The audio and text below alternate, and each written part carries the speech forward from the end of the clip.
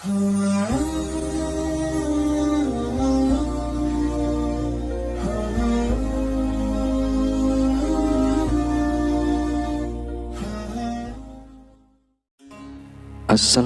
warahmatullahi wabarakatuh.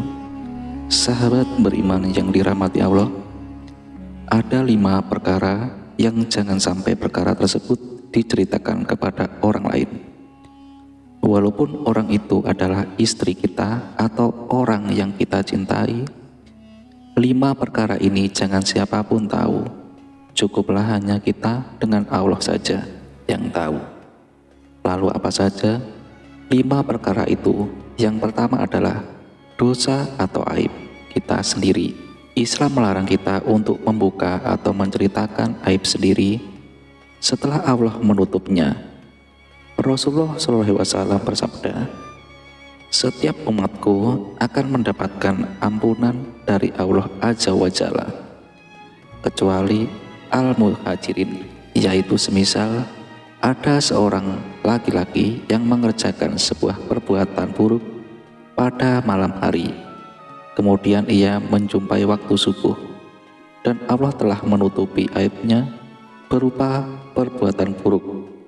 Lalu laki-laki tersebut mengatakan, "Wahai fulan, aku telah mengerjakan sebuah perbuatan buruk atau jelek ini dan itu, maka itulah orang yang malamnya Allah telah menutupi aibnya." Lalu ia membuka aibnya sendiri di waktu subuh. Hadis riwayat Bukhari dan Muslim. Syekh Muhammad bin Saleh Al-Utsaimin rahimahullah mengatakan, al-mujahirin adalah orang-orang yang menunjukkan bahwa ia telah berbuat maksiat kepada Allah Azza wa Jalla. Rasul bersabda, "Setiap umatku dimaafkan kecuali orang yang terang-terangan melakukan maksiat, dan termasuk terang-terangan adalah seseorang yang melakukan perbuatan maksiat di malam hari, kemudian di paginya ia berkata, 'Wahai fulan, kemarin aku telah melakukan ini dan itu, padahal Allah telah menutupnya,' dan di pagi harinya ia membuka tutupan Allah atas dirinya." Hadis riwayat Bukhari dan Muslim. Maka dari itu, hendaklah kita langsung bertobat ketika melakukan kesalahan dan menutup erat aib tersebut. Lalu yang kedua, tidak boleh menceritakan aib orang lain. Aib adalah bagian dari masa lalu setiap orang, sehingga tidak boleh disebarkan apalagi dengan maksud menjelekkan. Allah Subhanahu wa Ta'ala berfirman dalam Quran surah An-Nur ayat 19 tentang perintah menutup aib sesama, "Sesungguhnya orang yang ingin agar berita perbuatannya amat keji itu tersiar di kalangan orang-orang yang beriman, bagi mereka azab yang pedih di dunia dan di akhirat, dan Allah mengetahui sedang kamu tidak mengetahui." Ajaran Islam memerintahkan setiap muslim menutup aib baik dari diri sendiri maupun aib orang lain. Rasulullah SAW bersabda, "Wahai orang yang beriman dengan lisannya tetapi tidak beriman dengan hatinya, janganlah kamu mengumpat kaum muslimin dan janganlah membuat aib mereka.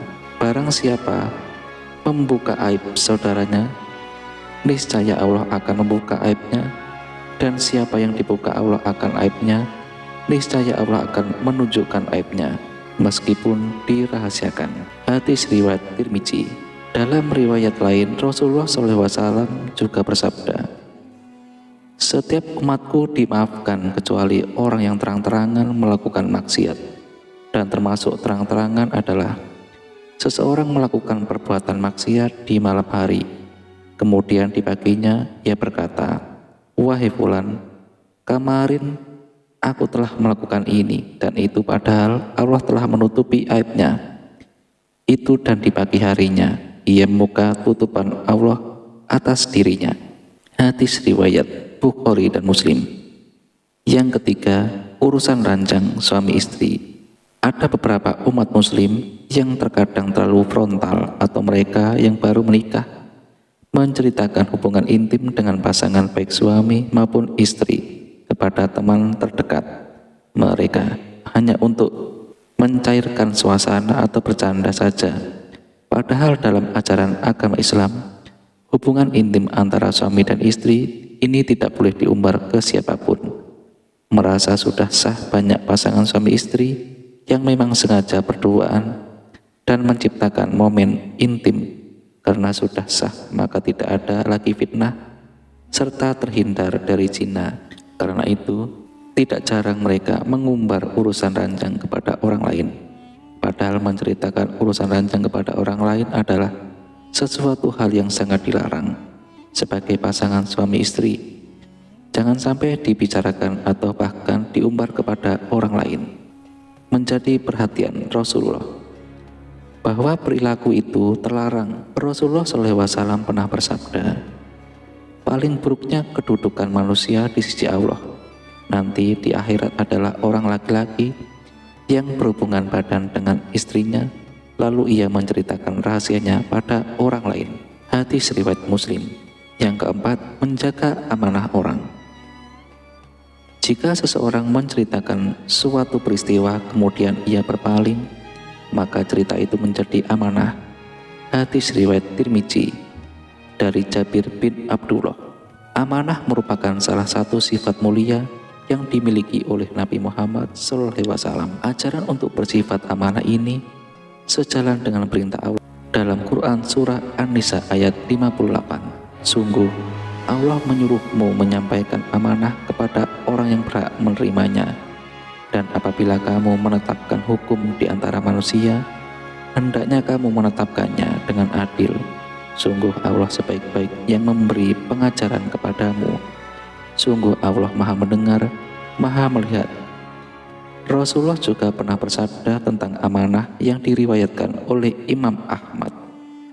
Tidak ada iman yang sempurna bagi orang yang tidak memiliki sifat amanah, dan tidak ada agama yang sempurna bagi orang yang tidak menepati janji.